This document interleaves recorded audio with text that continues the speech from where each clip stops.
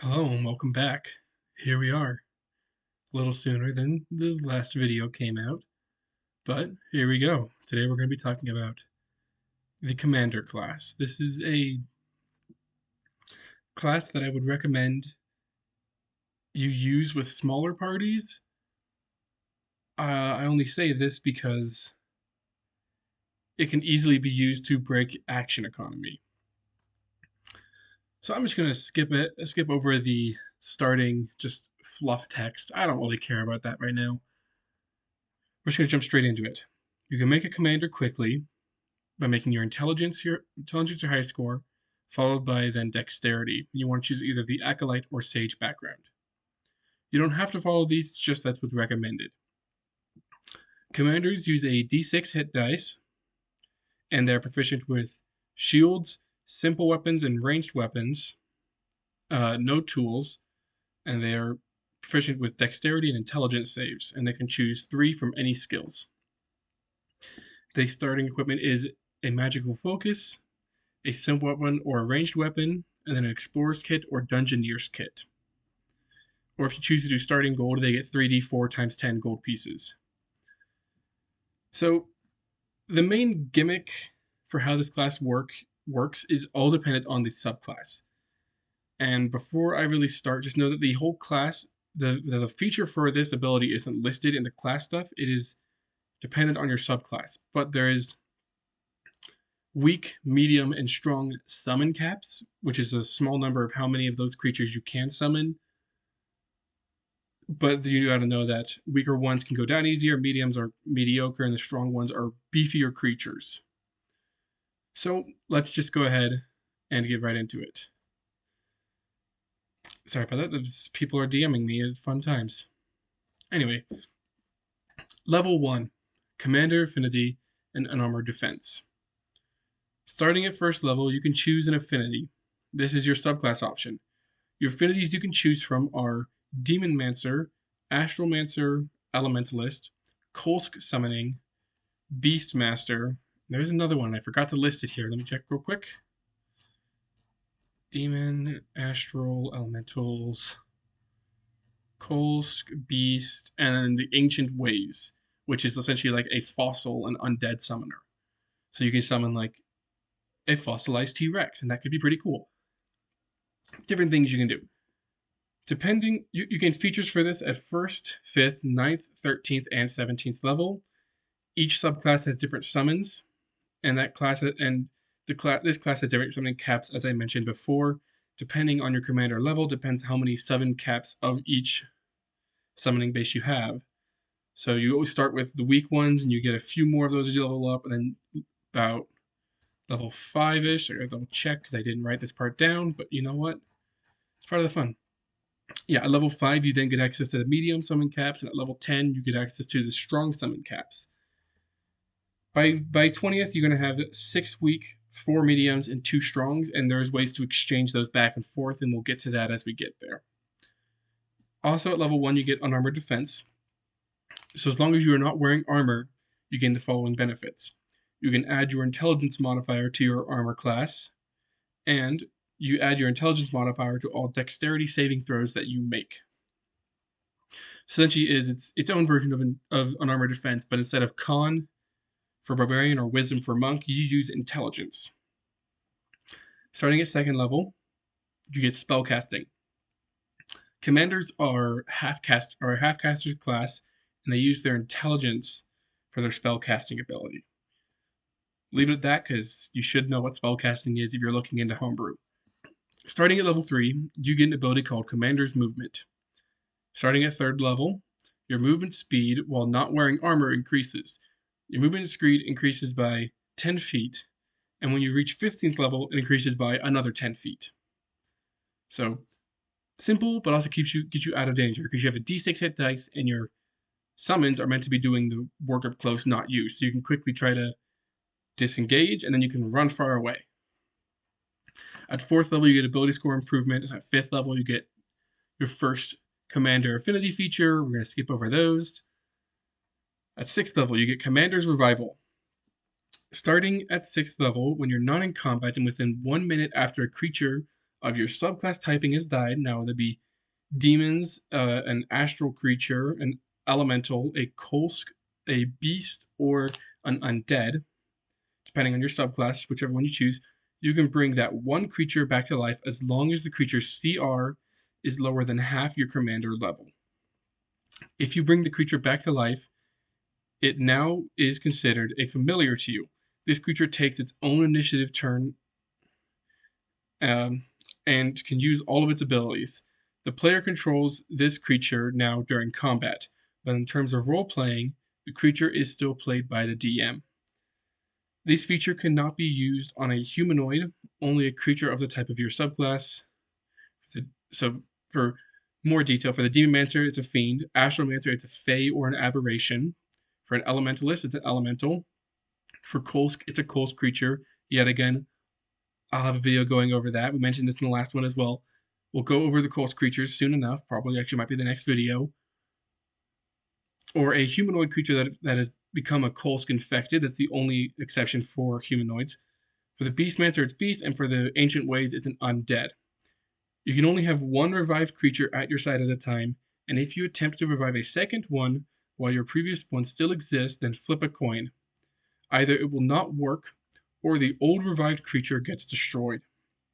You can spend an action to purposely destroy your revived creature, so you don't take the risk when you want a new commanded creature at your side. So this way you can, if you start leveling up and your summoned creature starts getting weaker, you can then choose to destroy that weak one and get a new one that you guys have run into. Starting at 7th level, you get Energy Infusion. You can infuse either one weapon or one armor set with minor magic for a day. If you infuse a weapon, you can add half your proficiency bonus, rounded down, in d6s to the weapon's damage. If you infuse armor, you can add your proficiency bonus to the armor class.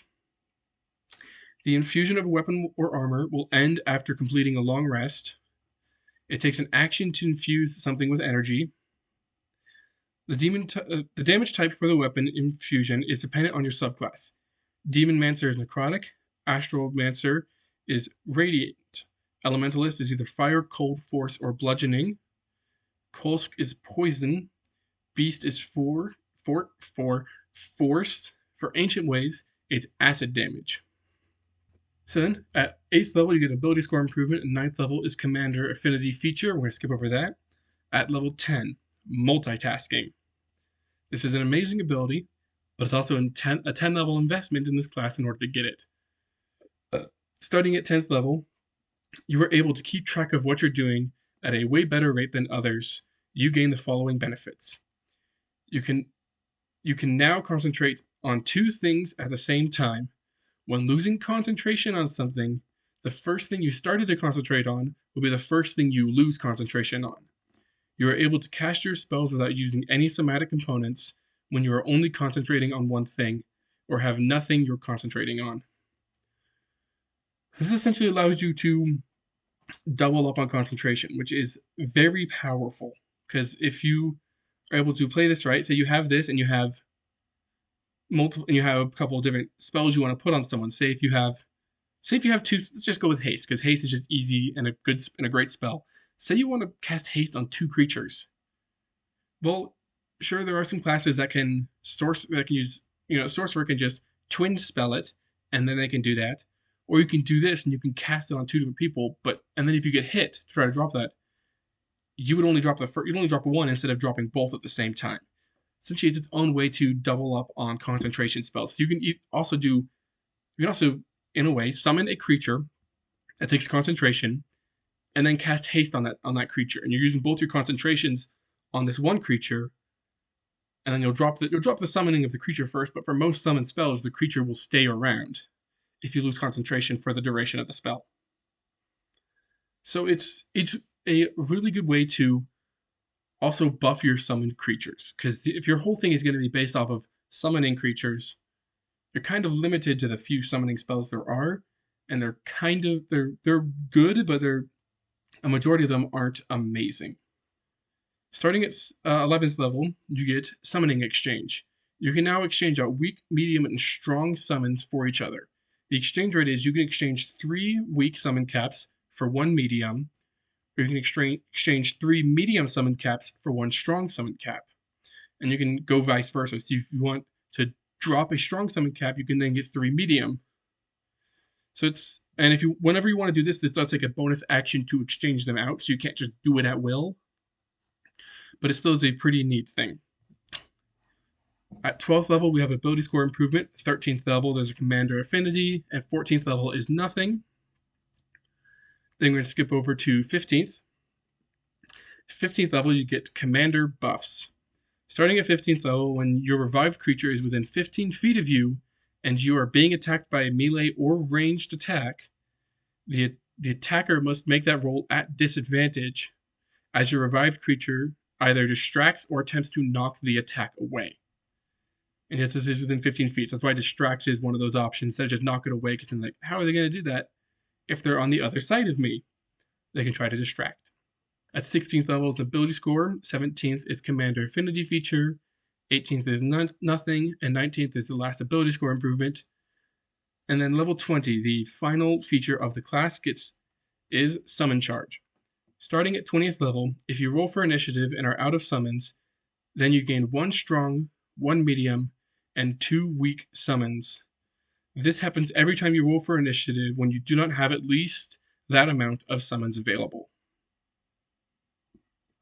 So it's a lot like the monk or the bard one. Like, you get a few things back if you don't have them when you roll initiative. It's okay. Honestly, a lot of level 20 things are okay.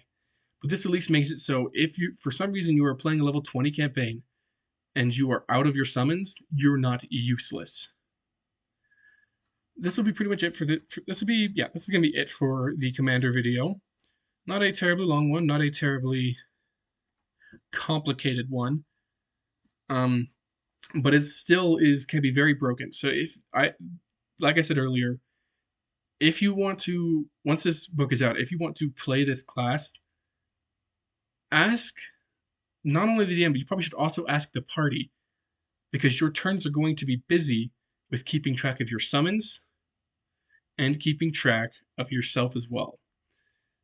It is recommended that you don't play this if you have 5 or more party members in total, because then it can be really hard for a dungeon master to balance an encounter without making it entirely unfair.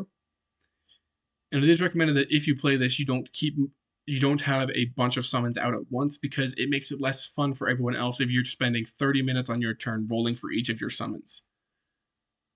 But as always, you just want to make sure you're having fun with it, and just make sure that your party is going to have fun with it. So just always ask both your dungeon master and your friends and your players that you are playing with if it is okay if you can play this class.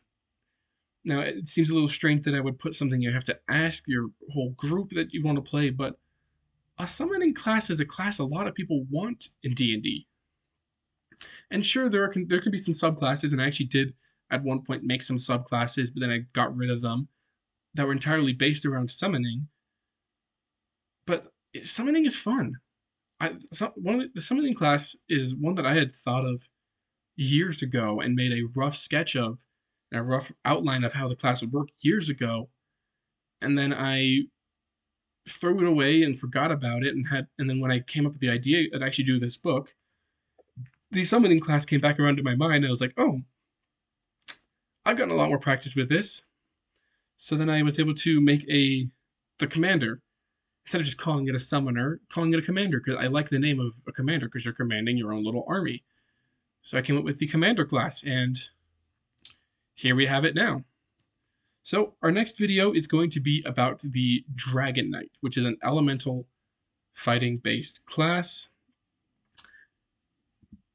Well, at least the next video in the class series. I might do Dragon Knight next, or the next video could also be about the Coast creatures, especially since these last 2 videos I have mentioned them, and they're still kind of a mystery to all you guys. They're fun. These Coast creatures are a set of Zerg-like infectious creatures. So, like, if you've ever played StarCraft, you know a lot about the Zerg with the mutations and evolutions, and there's the society of having these hive minds and queens and kings. Well, no, kings. In my version, there is queens, and then there is the ruler, so essentially their version of the Queen of Blades or the Overmind, and they have that, but they also have all these different pods and hives and just constantly spreading. It's very based off that, and it's also somewhat based off of the Skulk, which is kind of the name was based off of the Skulk from Minecraft, and the fact that is that almost every single coast creature is blind, but they have some good sense, especially with all of these things that are happening. They have blind. A lot of them have blind sight for certain ranges, and then much like the Skulk from Minecraft, there's pretty much versions of sensors, which if you make noise around them, they alert a lot of things in the area, and they can even bring up their own version of the Warden, which is called the Guardian. And we'll get more into that when we go to the video. Just giving you some of the stuff. It's an infection that you would want to be more stealthy around instead of just running in and burning everything. So with that, thank you all for watching. This is a shorter class video, but I still think it's a good class as any. The problem is most of the information on how it works is in the subclasses, and I don't really want to reveal subclasses, too much information about the subclasses yet, because that would make this like an hour-long video, and I don't like doing that. Thank you for watching. Remember to like and subscribe, and comment on which one of the videos you want to see next, because I haven't decided yet.